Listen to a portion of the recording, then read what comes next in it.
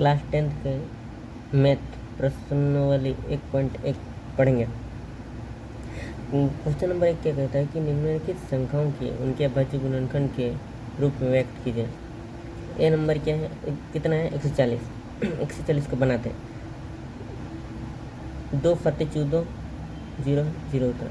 2 3 6 1 है, एक बचा, एक है यहाँ। 2 5 10, 3 से नहीं जाएगा 35, 4 से नहीं जाएगा, 5 से जाएगा, 5 7 35। तो यहाँ लिखेंगे 140 का अभाज्य गुणनखंड 2 गुना 2 गुना 5 गुना 7। 2 कितना ठो है, 2 ठो 2 है, 2 का पावर 2 गुना 5 गुना 7।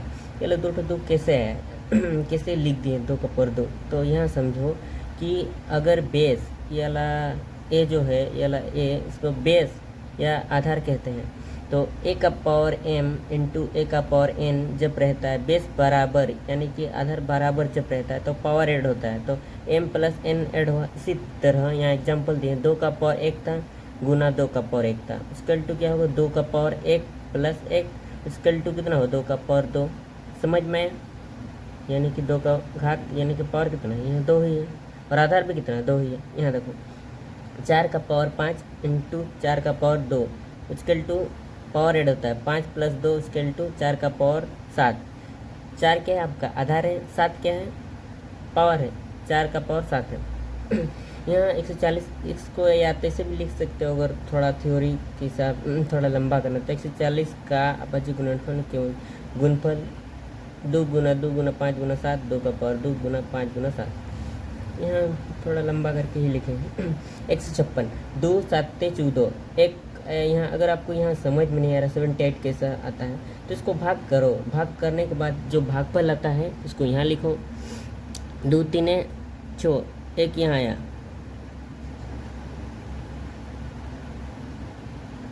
2 9 18, 3 के 3 3 3 9।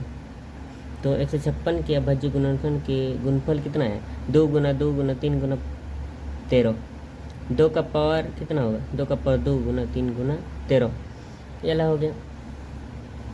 उसके बाद क्वेश्चन नंबर सी, 3 के 3 3 दुगुने 6, कितना बचा 2, यहाँ 2 है मतलब 22 हो गया।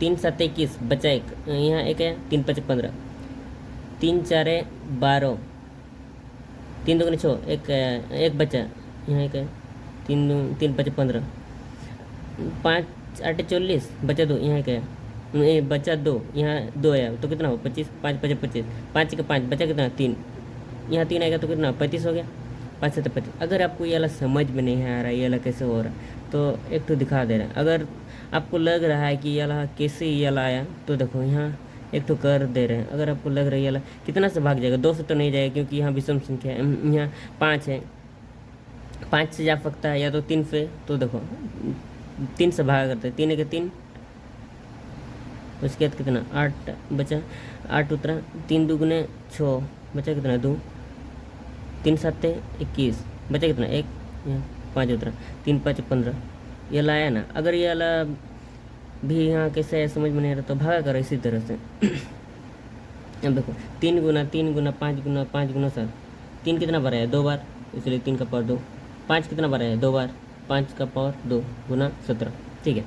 उसी प्रकार यहाँ 500 नहीं, यहाँ 5005 है। तो देखो 5 कब भागा जाता है, जब कई अंक में 5 या 0 आए तब समझो वो 5 से भागा जाएगा। और 3 कब से 3 से भागा जाएगा कि नहीं इसको समझने के लिए देखो ये सब जो संख्या है ना वो सबको जोड़ो। अगर जोड़ने पर वो 3 से भागा जाता है तो वो 3 से भागा जाएगा। जैसे कि 3 और 8 को जोड़ने पर कितना होता है 11, 11 में 2 जोड़ेंगे तो कितना होगा 13, 13 में 5 को जोड़ने पर कितना होता है 18, 18 3 से भागा जाता है कि नहीं जाता है, यानी कि हम कह सकते हैं ये वाला 3 से भागा जाएगा। 5 से जाएगा कि नहीं क्योंकि ये इकाई अंक में 5 है इसीलिए 5 से भागा जाएगा। इसी प्रकार तुमको चेक करना होगा, 2 तो बता दें। और 2 से भागा जाएगा कि नहीं, अगर सम संख्या है, सम संख्या किसको कहते हैं वो तो हम इंट्रोडक्शन में बता दिए हैं। सम संख्या अगर रहेगा इकाई में तो वो 2 से भागा जाएगा। यहाँ देखो 5 इकाई अंक में कितना है 5 है और 0 रहेगा तो 5 से संपूर्ण भाग जाएगा। देखो यहाँ बचाएगा रहेंगे 5 का 5 0 0 उतरा 5 का 5। अब देखो यहाँ ये वाला 5 तो नहीं जाएगा, 3 से नहीं जाएगा क्योंकि 1 प्लस 0 प्लस 1 2 हो रहा है, 2 3 से भागा नहीं जाता है, टेक्निक बता रहे थे। अब देखो 3 से नहीं जाएगा, 5 से नहीं जाएगा, 7 से देखो, 7 के 7 कितना बचा 3, यहाँ 30 हो गया, 7 4 28 बचे 2, यहाँ 2 आया 21, 7 3 21। उसके बाद 7 से नहीं जाएगा, 9 से तो नहीं जाएगा, 3 से नहीं जा रहा तो 9 से नहीं जाएगा। उसके बाद 10 से तो जाएगा ही नहीं क्योंकि 2 और 5 से नहीं जा रहा, मतलब 10 से नहीं जाएगा। उसके बाद 11 से, 11 के 11 कितना बचा 3, यहाँ 3 है, 11 3 3, 5005 किया भाज्य गुणनखंड के गुणफल कितना होगा, 5 गुना 7 गुना 11 गुना 13। जैसे कि यहाँ अगर ये वाला, जैसे कि ये वाला सबसे पहले ये 9 है तो पहले 3 से चेक करो, 3 से भागा जाएगा कि नहीं, 7 और 4 11, 11 में 2 जोड़ने पर 13, 13 में 9 को जोड़ने से 22, 3 से नहीं जाएगा, 5 से तो जाएगा ही नहीं क्योंकि देखो इकाई अंक में 0 और 5 नहीं। उसके बाद 7 से देखो, 7 से भागा जाएगा कि नहीं, 7 से भागा जाएगा कि नहीं चेक करो, 7 से नहीं जा रहा 7 से। उसके बाद 9 से तो जाएगा ही नहीं, 3 से नहीं जा रहा तो 9 से कैसे जाएगा। उसके बाद 9 से 10 से तो जाएगा ही नहीं क्योंकि 2 और 5 से नहीं जा रहा, तो 11 से चेक करो, 11 से चेक करो तो ये देखो यहाँ 11 6 66, यहाँ 14 8 2, उसके बाद 11 7 77, 1100 भी नहीं जा रहा। उसके बाद 15 से क्यों नहीं चेक करें, क्योंकि 3 और 5 से नहीं जा रहा तो 15 से जाएगा ही नहीं, इसलिए 13 से चेक करते हैं। यहाँ देखो 13 से चेक कर रहे हैं तो 13 5 परफेक्ट, यहाँ से गया 14 हो गया, कितना 9 बचा 2 है, 13 7 91, 13 से भी पूर्ण नहीं जा रहा। 15 से चेक क्यों नहीं करेंगे, 3 और 5 से नहीं जा रहे, इसलिए 15 से नहीं चेक करेंगे। 17 से चेक करते हैं, इसके 17 4 68 कितना बचा 6 2, 17 3 51 1 1 19, 17 7 119, मतलब 17 से चल गया। उसके 18 से चेक नहीं करेंगे क्योंकि देखो 2 से नहीं गया, मतलब ये 18 से नहीं जाएगा, इसीलिए 19 से चेक करो। 19 से चेक कर रहे हैं तो देखो 19 से चेक करते हैं, 19 दुगुने 38 कितना बचा 38, 19 दुगुने 38 कितना बचा, यहाँ से क्या 13 हो गया, 8 8 5 13 57, 19 3 57। तो देखो अब क्या हुआ कि 7429 के अभाज्य गुणनखंड के गुणफल कितना होगा, 17 गुना 19 गुना 23। समझ में आया हो मतलब। Next question, question number 2। Question number 2 क्या बोल रहा है कि दो पूर्णांक के निम्नलिखित युगों के HCF तथा LCM ज्ञात कीजिए तथा इसकी जांच कीजिए कि दो संख्याओं का गुणनफल HCF गुना LCM है। जैसे कि यहाँ 91 और 26 का निकालते कि उसके पहले आपको ये अलग एक छोटा सा फार्मूला है, उसको याद रखना होगा। देखो किन्हीं दो धनात्मक पूर्णांक A और B के लिए अगर कोई दो धनात्मक पूर्णांक है, उसके पूर्णांक क्या होता है, जैसे 1 2 3 4 5 6 7 8 0 ये सब होता है, लेकिन धनात्मक ऋणात्मक तो नहीं होना चाहिए। तो क्या होता है, पहली संख्या का HCF गुना दूसरी संख्या का HCF इक्वल टू पहला संख्या इंटू दूसरा संख्या के बराबर होता है। HCF पहला संख्या ये वाला, दूसरा संख्या ब्रैकेट में लिख दे, गुना LCM पहला संख्या ये वाला है, दूसरा संख्या ये वाला, इक्वल टू पहला संख्या का गुणफल दूसरा संख्या का गुणफल। अब देखो यहाँ 7 के साथ आप सोचेंगे पहले 3 से क्यों नहीं दिया। देखो 3 से ये वाला भाग कब जाएगा, 3 से जब ये वाला संख्या रहता है, मतलब एक टेक्निक है, ट्रिक है, 3 से भाग जाएगा कि नहीं। ये संख्या को जोड़ने पर अगर वो 3 से जाता है तो जाएगा, 3 और 1 जोड़ने पर नहीं, 9 और 1 जोड़ने पर कितना होता है 10 होता है, यानी कि 3 से भाग नहीं जाता। ठीक है, उसके बाद 2 से तो जाएगा ही नहीं क्योंकि ये वाला विषम संख्या, यहाँ पे विषम संख्या ये वाला, उसके 3 से नहीं जाएगा। 5 से तो जाएगा नहीं क्योंकि इकाई अंक में 0 और 5 नहीं है, इसलिए 7 से देखते हैं। 7 के साथ बचा कितना 2, 7 नहीं के 7 से चल गया। अब ये वाला सम संख्या है, 6 क्या है सम संख्या है, इसलिए 2 से भाग जाएगा ही, इसलिए 2 के 2 2 3 6। अब देखो 91 का अभाज्य गुणनखंड क्या है, 7 गुना 13, और 26 का अभाज्य गुणनखंड क्या है 2 गुना 26 2 गुना 13। अब देखो 91 और 26 का HCF कितना होगा, जो कॉमन आ रहा है दोनों में वही HCF होता है 13, और 91 और 26 का LCM क्या होगा, ये जो देखो 7 गुना 2, और ये वाला ये जो बॉक्स बनाए हैं इसमें से एक ठो लिखे, इसके ये 2 14 और 13 को गुना करने पर कितना होगा 182, यहाँ गुना किए हैं देख सकते हो। उसके बाद लेफ्ट हैंड साइड में क्या है, HCF A, B Guna LCM A, B, तो HCF 91,26 गुना LCM 91,26, तो इसका LCM कितना, HCF कितना 13 गुना 127। इसको गुना करने पर यहाँ गुना करते हैं, 3 दूनी 6, 3 3 8 24, 24 का 4 बचा 2, 5 का 5, 3 का 3, 3 और 2 5, 2 के 2, 8 के 8, 1 1 6 जोड़ रहे हैं, 5 3 5 8 13 बचा 1 1 2, इतना है कि नहीं। अब राइट हैंड साइड क्या, पहला संख्या गुना दूसरा संख्या, पहला संख्या कितना है 91 और दूसरा संख्या कितना है इतना, गुना करते हैं 26 के 26, 9 6 54 का 4 बचे 5, 9 2 18, 18 और 2 23, 18 और 5 कितना होता है 23, जोड़ो, इतना है कि नहीं। अब बोल सकते हैं कि left hand side equal to right hand side.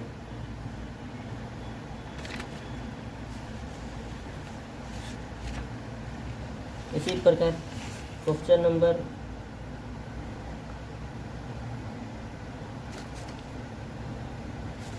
B,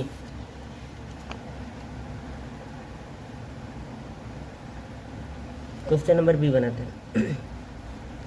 question number B, ये जो क्वेश्चन B नंबर है 510 है, ये 2 से भागा जाएगा कि नहीं, जाएगा, क्योंकि देखो कई अंक में जब जीरो क्या है 2 से कब भागा जाता है, एकदम सम संख्या रहता है कई अंक में, तो ये 2 से जाएगा, 2 दूनी 4, 1 बचा यहाँ 1, 2 बचे 10, बच्चा 1 यहाँ 10 हो गया, 2 बचे 5 से भागा जाएगा कि नहीं। इसको पता करने के लिए इकाई अंक में 5 या 0 रहेगा तब हम बोल सकते हैं कि वो 5 से भागा जाएगा, तो ये जाएगा। 5 5 25, 5 का 5, 3 से भागा जाएगा कि नहीं। इसको पता करने के लिए जो अंक है ना उसको जोड़ो, अगर वो 3 से भागा जाएगा तो पहला भी भागा जाएगा, 3 का 3 बचा कितना 2, यहाँ 2 आया, तो 3 7 21, 150 का बच्चे गुना संख्या है 2 गुना 3 गुना 5 गुना 17 है ना। अरेंज करके लिखे हैं ये वाला। उसके 92, 2 से भाग जाएगा कि नहीं, जाएगा, क्योंकि 2 क्या है सम संख्या है, तो 2 4 8 बचा कितना 1, यहाँ 1 आया, मतलब कितना हुआ 12 हुआ, 2 6 12, 2 से जाएगा कि नहीं, जाएगा, क्योंकि 6 सम संख्या है। 2 दूगुने 4, 2 दूने 6, 92 का बच्चे गुणनखंड कितना है 2 गुना 2 गुना 23, इसमें से जो कॉमन आ रहा है उसको गोल घेरा कर देना। उसके 510 और 92 का HCF क्या हो 2, और 510 और 92 का LCM क्या होगा। ये जो गोल घेरा किए हैं उसमें से 2 हो रहा है ना, मतलब इसमें से 1 2 निकालें, उसका जो बच्चा है वो सबको लिखो। 3 गुना 5 गुना 17, 2 गुना 23, 2 3 6 6 5 30 गुना 17 गुना 2 3 6 2 2 4, 17 3 51 और 1 0 से 0 गुना 46, 6 0 0 6 1 6 6 5 30, 4 0 0 4 1 4 4 5 20, 0 जोड़ रहे हैं 6 4 3 2, 23,460। यहाँ लिखें लेफ्ट हैंड साइड क्या है HCF पहला संख्या गुना LCM दूसरा संख्या। यहाँ लिख लिया HCF पहला संख्या इतना है, दूसरा संख्या इतना है, गुना करेंगे LCM पहला संख्या इतना है, दूसरा संख्या इतना। पहला HCF कितना आया है 2 आया है, LCM कितना आया है 23,460 आया है। इन दोनों को गुना करते हैं 2 0 0 2 6 12 का 2 बचा 1, 2 4 8 9 बचा कुछ नहीं, 2 3 6 2 2 4। अब राइट हैंड साइड क्या होगा पहला संख्या गुना दूसरा संख्या, ये वाला पहला संख्या कितना है 510, दूसरा संख्या इंटू दूसरा संख्या 92, गुना करते हैं 510 92, 0 2 2 5 2 0 9 9 5 45, 0 जोड़ते हैं 2 9 5 और 1 6 4 4 है 46,920 है कि नहीं। Left hand side equal to right hand side है कि नहीं है।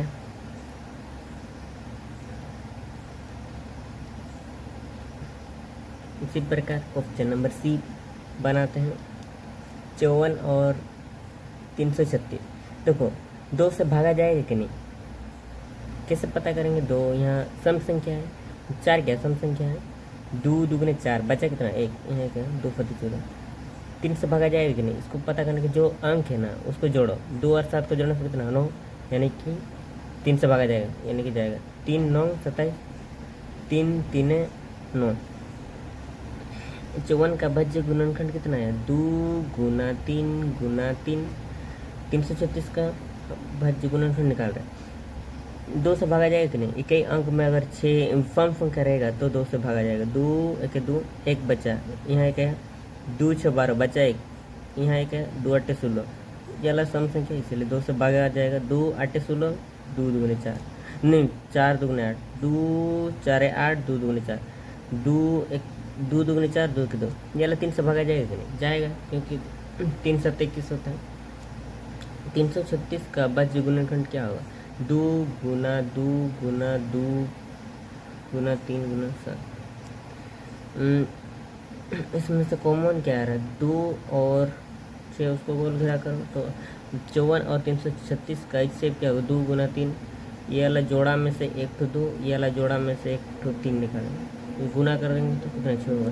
इसको ऐसे भी लिख सकते हैं, ऐसे आप 54,360 उसके 2 गुना 3 इससे भी लिख सकते हैं, आपको जो कंफर्टेबल लगे वैसे लिखना।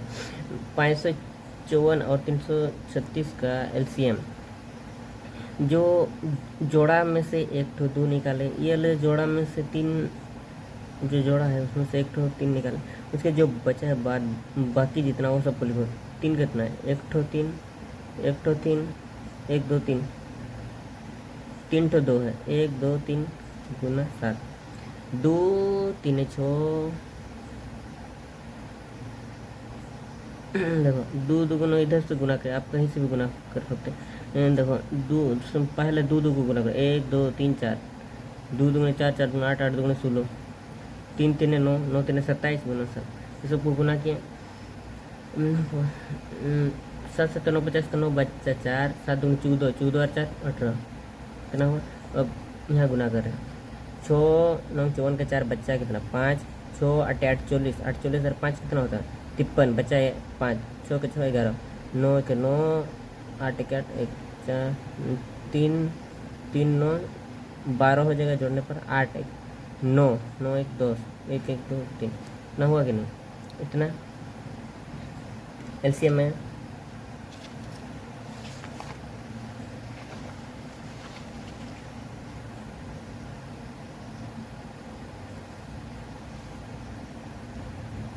देखो एचसीएफ पहला संख्या दूसरा संख्या गुना एलसीएम पहला संख्या गुना दूसरा संख्या, तो लेफ्ट हैंड साइड क्या होगा, पहला संख्या एचसीएफ पहला संख्या ये वाला दूसरा संख्या गुना एलसीएम पहला संख्या दूसरा। एलसीएम कितना आया था 6 आया था, एचसीएफ नहीं ना एचसीएफ कितना 6 आया था, एलसीएम कितना इतना आया था। दोनों को गुना करने पर कितना आ रहा है 2 6 4 24 का 4 बचा 2, 6 दुगुना 12 12 और 2 कितना जोड़ने पर 14 हो जाएंगे, 6 3 18। अब राइट हैंड साइड क्या होगा, पहला संख्या गुना दूसरा संख्या, पहला संख्या 54 इंटू दूसरा संख्या कितना 336, गुना करने पर यहाँ गुना कर रहे हैं 4 6 24 का 4 4 3 12 13 14 बचाए 12 के 13, 5 6 30 का 0 बचा 3, 5 3 18 नहीं 5 3 15 15 3 कितना 18 का 8 बचा 1, 5 3 15 के 16 जोड़ो 4 4 8 8 3 11 का 1 बच्चा 1, 6 1 7 1 8 1, तो लिखे तो बराबर आया कि नहीं, ये वाला बराबर, यानी कि left hand side equal to right hand side proof हो गया। अभी हम लोग क्वेश्चन नंबर 3 में जाते हैं। अभाज्य गुणनखंड विधि द्वारा निम्नलिखित पूर्णांक के एचसीएफ और एलसीएम ज्ञात कीजिए। अभाज्य गुणनखंड विधि द्वारा क्या होता है, देखो 12 है 2 6 12, इस तरह से डंडा खींचना है और कर निकालना है, 2 6 12 2 3 6 3 5 15 3 7 21, देखो 12 12 का अभाज्य गुणनखंड क्या है?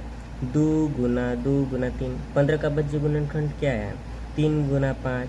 21 का अभाज्य गुणनखंड क्या है? 3 गुना 7।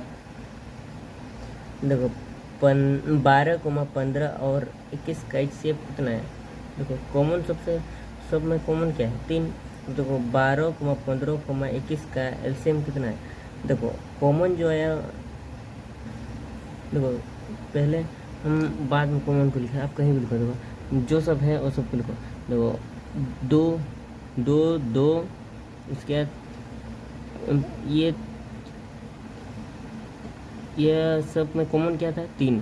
इसलिए ये वाला, ये इसमें से एक तो 3 लिखें, इसके जो बचा 5 × 7, इसमें से गुना करने पर क्या हो? 2, 3, 6, 2 दूनी 4, 4 3 12, 12 5 60, 60 × 7, 6 फत्ते 42 और 1 0। इतना है कि नहीं?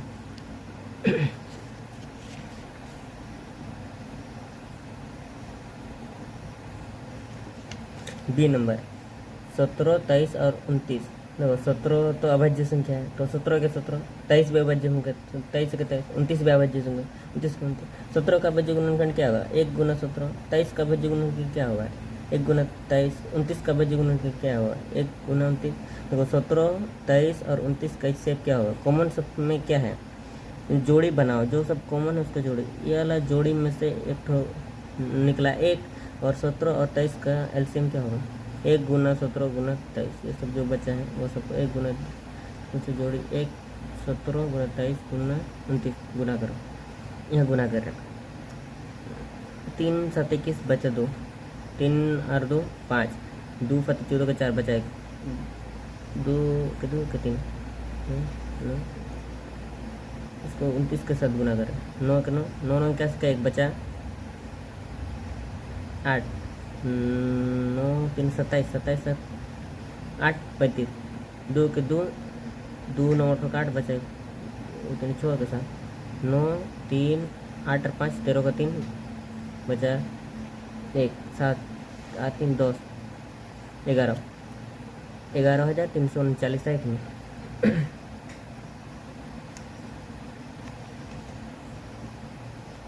क्वेश्चन नंबर बी हो गया। क्वेश्चन नंबर सी करते हैं। ये भी ठीक इसी तरह होता है, ये ठीक इसी तरह ये वाला भी होगा। 8 9 और 25 का 8 2 4 8, 2 2 4, 2 के 2, 3 3 9, 3 के 3, 5 5 25, 5 के 5।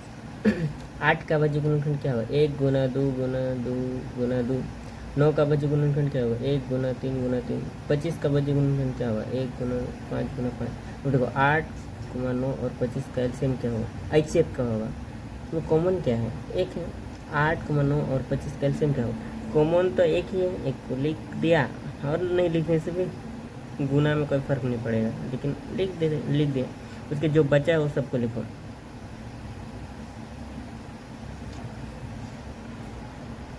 कॉमन नहीं जा रहा ना, और अगर उसके बाद जोड़ा बनता तो वहाँ से एक तो निकालते, लेकिन इसमें कोई भी जोड़ा नहीं जा रहा, इसीलिए बाकी सब जो बचा है वो सब लिखो। 2 कितना है? 3 ठो 2 है, लिख लिया। उसके 2 3 कितना है? 2 ठो, इसलिए लिख लिया। 5 कितना है? 2 ठो, लिख दिया। उसके बाद गुना करते हैं। 2 दूनी 4, 4 दूनी 8, 8 3 3 9, 8 9 72, 72 और 25 को गुना करो। 5 5 50, 5 दूनी 10 का 0 बचा 1, 5 7 35 का 36, 2 दूनी 4, 2 फत्ते 14, जोड़ो 4 8 100 कितना होगा? 10, 4 8 3 7 1 8, 1800 आया है ना? 1800 हुआ था। Question number 4। क्वेश्चन नंबर 4 क्या कहता है? यदि ICF आपका 306,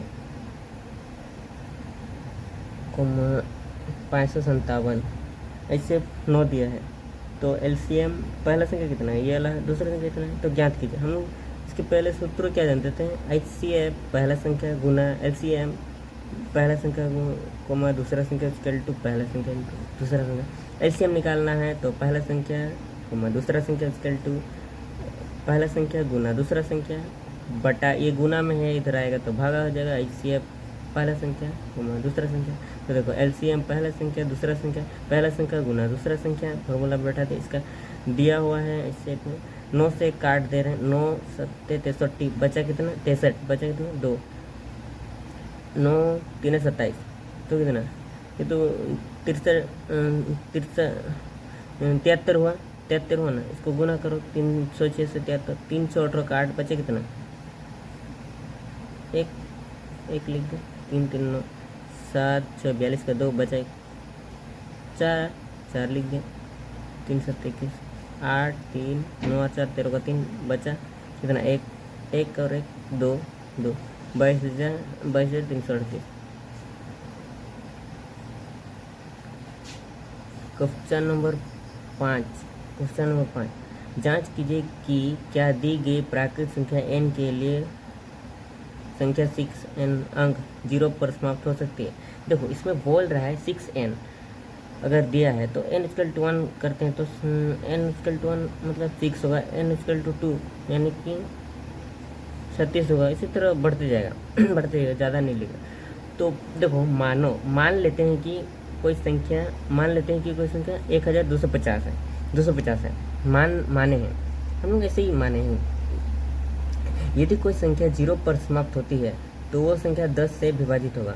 देखो अगर ये वाला संख्या माने हैं, सब कुछ माने हैं, तो 0 पर समाप्त होगा मतलब ये 10 से पूरी भाग जाएगा, क्योंकि 10 का बज्य गुणनखंड 2 गुना 5 होता है, ये वाला 2 गुना 5 आता है।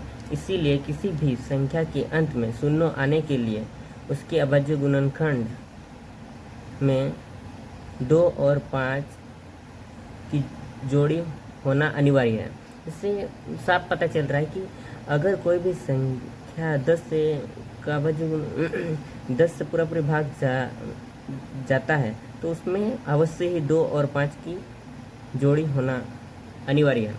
देखो 6n का अभाज्य गुणनखंड क्या हुआ, 2 गुना 3 का होल पावर, तो ये पावर के साथ बढ़ जाएगा, इसके साथ बढ़ जाएगा, 2 का पावर n गुना 3 का पावर n।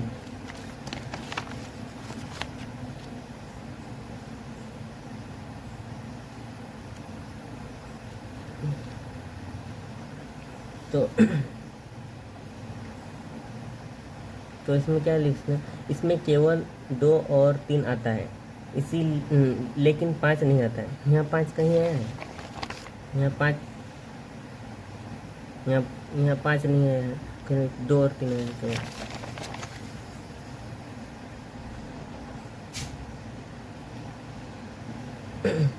तो 2 और 3 आता है, लेकिन 5 नहीं आता है। अतः हम कह सकते हैं कि 6n के लिए किसी भी प्राकृतिक संख्या n के लिए कभी भी शून्य पर समाप्त नहीं होगा। ठीक है, ये क्वेश्चन समझ में आया होगा। क्वेश्चन नंबर 6, संख्या व्याख्या कीजिए कि 7 गुना 11 गुना 13 प्लस 13 और 7 गुना 5 गुना 4 गुना 3 गुना 1 प्लस 5 भाज्य संख्या क्यों है। देखो संख्या 1 है, ये वाला संख्या 1 है, ये संख्या 2 है। 7 गुना 11 गुना 13 प्लस 13, देखो 13 कॉमन ले ले, पर यहाँ क्या बचा है, 11 7 77 और यहाँ 1, 13 गुना 77 और 1 78 होगा। देखो संख्या नंबर 2, 7 गुना 5 गुना 4 गुना 3 गुना 2 गुना 1 गुना 5 को कॉमन लेने पर यहाँ बचा 7 6 गुना 4 गुना 3 गुना 2 गुना 1, 7 6 42 गुना 4 3 12 12 2 24 प्लस 1 इक्वल टू 5 गुना, ये दोनों को गुना करते हैं, गुना करते हैं, 4 2 8 4 4 16, 2 2 4 2 4 8 8 2 9 1 10, 1008 प्लस 1 5 गुना 1009। अब देखो, अब यहाँ हम रीजन क्या दिए हैं, क्योंकि दोनों संख्या में 2 से अधिक गुणनखंड हैं, इसीलिए भाज्य संख्या है। देखो इसमें भी 2 से ज़्यादा गुणनखंड है, इसमें भी 2 से ज़्यादा गुणनखंड है। तो गुणनखंड मतलब ऐसे समझो कि ये वाला जो संख्या है, ये वाला जो भी संख्या आएगा, गुणनखंड मतलब ऐसे समझो कि जो भी संख्या आएगा वो उसमें 2 या 2 से अधिक संख्या से भाग जाएगा। जैसे कि ये वाला जो संख्या आएगा 1 से भी तो भाग जाएगा ही, उसके बाद 13 से भी भाग जाएगा, उसके 2 से भी भाग जाएगा, क्योंकि देखो यहाँ जो है 2 3 6 2 9 18, उसके बाद 3 1 3 3 3 9, ये वाला जो संख्या आएगा 2 से भी भाग जाएगा, 3 से भी भाग जाएगा, 13 से भी भाग जाएगा, उसके बाद 1 से भी भाग जाएगा। यानी कि क्योंकि दोनों संख्या में 2 से अधिक गुणनखंड है, गुणनखंड मतलब ऐसे समझो 2 से अधिक संख्या से भाग जाएगा, इसीलिए ये भाज्य संख्या है। ये भी उसी तरह होगा, ये देखो 1 से तो भाग जाएगा, 5 से भी भाग जाएगा, उसके बाद इससे भी भाग जाएगा। देखो भाज्य संख्या यहाँ समझो, भाज्य संख्या किसको कहते हैं? भाज्य संख्या कंपोजिट नंबर, वैसे संख्या जो एक और स्वयं के अलावा दूसरी संख्या से भी भाग जाता है। जैसे कि ये वाला जो भी नंबर है ये 1 से भी तो भाग जाएगा ही, 5 से भी भाग जाएगा, उसके बाद ये वाला नंबर से भी भाग जाएगा, क्योंकि अगर बटा कर देते हैं तो भाग जाएगा। या तो ऐसे ही बुक ऐसे भी कहते हैं कि ऐसे भी भाज्य संख्या का ऐसे भी आप बोल सकते हो, ऐसी संख्या जिनके 2 से अधिक गुणनखंड होते हैं। देखो यहाँ गुणनखंड लिखे हैं, लेकिन यहाँ एक और स्वयं के अलावा दूसरी संख्या से भी भाग किया जाता है, इससे समझो। लेकिन अगर कोई पूछेगा तो आप ये वाला भी बोल सकते हैं। जैसे कि उदाहरण दिए हैं कि 12 का भाज्य गुणनखंड के रूप में तोड़े हैं, 2 6 12, 2 3 6, 2 2 4 2 1 2, 2 4 8, 2 2 4 2 1 2। देखो 12 का गुणनखंड, गुणनखंड मतलब कौन कौन 12 कौन कौन सा संख्या से भाग जाता है? 1 से भी भाग जाता है, 2 से भी भाग जाता है, यहाँ 2 है, उसके बाद 3 भी है, उसके बाद 2 2 4 4 भी है, 6 भी है, उसके बाद 12 भी है। उसके 4 के गुणनखंड मतलब 4 कौन कौन सा भाग, कौन कौन सा संख्या से भाग जाता है? 1 से भाग जाता है, उसके 2 से भाग जाता है, उसके बाद स्वयं 4 से ही भाग जाता है। 8 के गुणनखंड में क्या आएगा? 1 तो आएगा ही सब में, 2 आएगा, 2 2 4 4 आएगा, उसके 2 2 4 2 8। तो ये वाला स्टेटमेंट ठीक है कि नहीं? कि यहाँ देखो ये वाला या ये वाला दोनों में कोई भी बोल सकते हो। ऐसी संख्या जिनके 2 से अधिक गुणनखंड है, देखो इस ये वाला में 2 से अधिक गुणनखंड है कि नहीं? इसमें भी 2 से अधिक गुणनखंड है कि नहीं? इसमें भी 2 से अधिक गुणनखंड है कि नहीं? और ऐसे समझो ये वाला, तो ये वाला स्टेटमेंट से हम ये वाला बता दिए कि 2 से वैसी संख्या जिनके 2 से अधिक गुणनखंड होता है वो भाज्य संख्या होता है। और ये वाला से हम दिखा रहे हैं वैसी संख्या जो एक और स्वयं के अलावा दूसरी संख्या से विभाजित होगा। देखो 12 क्या होगा? 1 से भी भाग जाएगा, 12 1 के 12, उसके बाद 2 से भी भाग जाएगा, 12 2 6 12, उसके बाद 3 से भी 12 भाग जाएगा, 3 4 12। तो ये वाला भी ठीक है कि नहीं? वैसे यहाँ देखो ये प्रूफ बता देंगे, जो संख्या एक और स्वयं के अलावा दूसरी संख्या से भी भाग, ये 12 से भी भाग जाएगा कि नहीं? 12 तो खुद से तो जाएगा, 12 12 12 1 के 12।